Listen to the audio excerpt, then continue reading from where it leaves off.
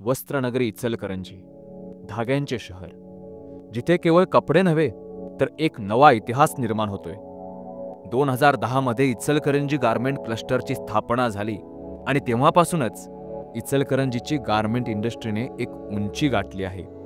इचलकरंजीची ओळख ही garment industry hub म्हणून होत आहे।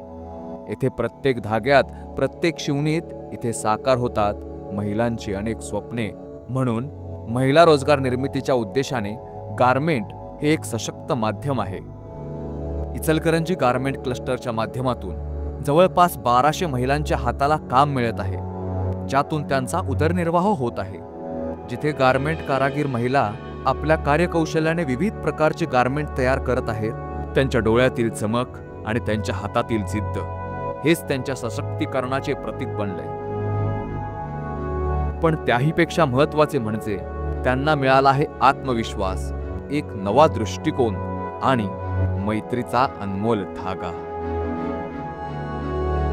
माझं नाव रोहिणी सोमनाथ तराण। माझं नाव अक्षता अजित पोद्दार। रेखा अरुण कोपारडे। मी ते 15 वर्ष झालं काम करत आहे। मी क्लस्टर गारमेंट मध्ये 2015 ते 24 या काळात काम करत आहे। या कंपनीमुळे माझ्या घरातलं प्रॉब्लेम सगळं सॉल्व्ह झालं आणि इथं आल्यापासून मला काही अडचण नाही आणि घरी सगळं माझं सगळं चांगलं। इथे काम करून माझी घरची परिस्थिती सुधारलेली तर आहे। इथं काम करत असताना आम्हाला सुरक्षित आणि सन्माननीय वागणूक दिली जाते, त्यामुळे या गारमेंट मध्ये काम करायला मला चांगलं वाटतं। इथं काम केल्यापासून माझी घरची परिस्थिती चांगली झालेली आहे। इथं काम करताना कुठले माझ्याकडे दडपण पण नाही आहे आणि भीती पण नाही आहे। मी इथे एक आपल्या घरी असल्याने आहे।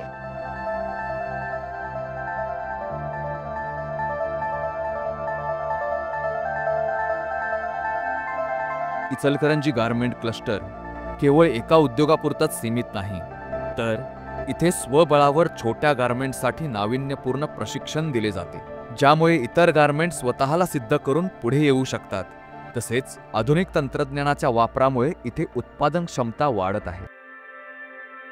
आदित्य आवाडे हे एक महत्त्वाकांक्षी वस्त्र अभियंता असून तांत्रिक धोरणांसंबंधी मार्गदर्शन करून गारमेंटची सूत्रे सांभाळतात। गारमेंटच्या कार्यक्षमतेला क्रिएटिव्हिटीची जोड देऊन विविध नामांकित ब्रँडसाठी वस्त्र निर्मिती आणि उत्पादन इथे व्हावे असा यांचा नेहमी प्रयत्न असतो।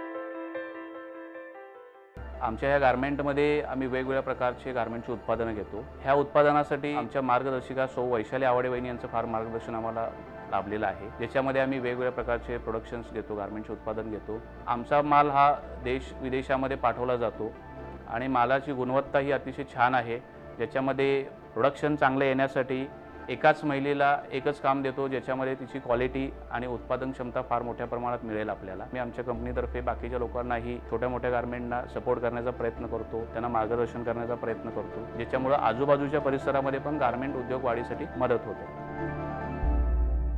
माजी आमदार प्रकाशअण्णा आवाडे आणि माजी नगराध्यक्षा किशोरीताई आवाडे यांच्या दूरदृष्टीतून तसेच माननीय स्वप्नील आवाडे यांच्या मार्गदर्शनाखाली सौ वैशाली आवाडे ही जबाबदारी सांभाळत आहेत। इथे केवळ उत्पादन होत नाही, तर समाजासाठीचे कर्तव्य आणि जबाबदार भावनेने त्या स्वतःला वाहून घेतात।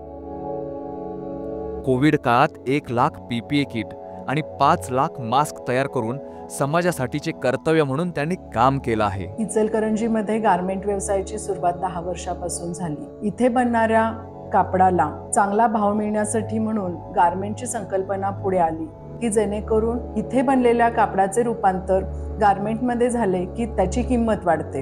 गारमेंटमध्ये रुजू करून घेण्यापूर्वी महिलांना योग्य ते प्रशिक्षण देऊन त्यांना उत्तम कारागीर बनवले जाते। आपल्या फॅक्टरीतून निर्माण झालेले गारमेंट हे युरोप, अमेरिका आणि इतरही देशांमध्ये एक्सपोर्ट होतात। भारतामध्ये सुद्धा नामवंत कंपन्यांना आपल्या फॅक्टरीतून बनलेल्या गारमेंटचा पुरवठा होतो। त्यामुळे हजारो महिला ह्या गारमेंट उद्योजका बनवून स्वावलंबी बनल्या आहेत, ह्याचा मला सार्थ अभिमान आहे। भविष्यातही जगाच्या नकाशावरती इचलकरंजीचे नाव हे गारमेंट सिटी म्हणून ओळखले जाईल, ह्याचा मला ठाम विश्वासही आहे आणि खूप आनंदही आहे।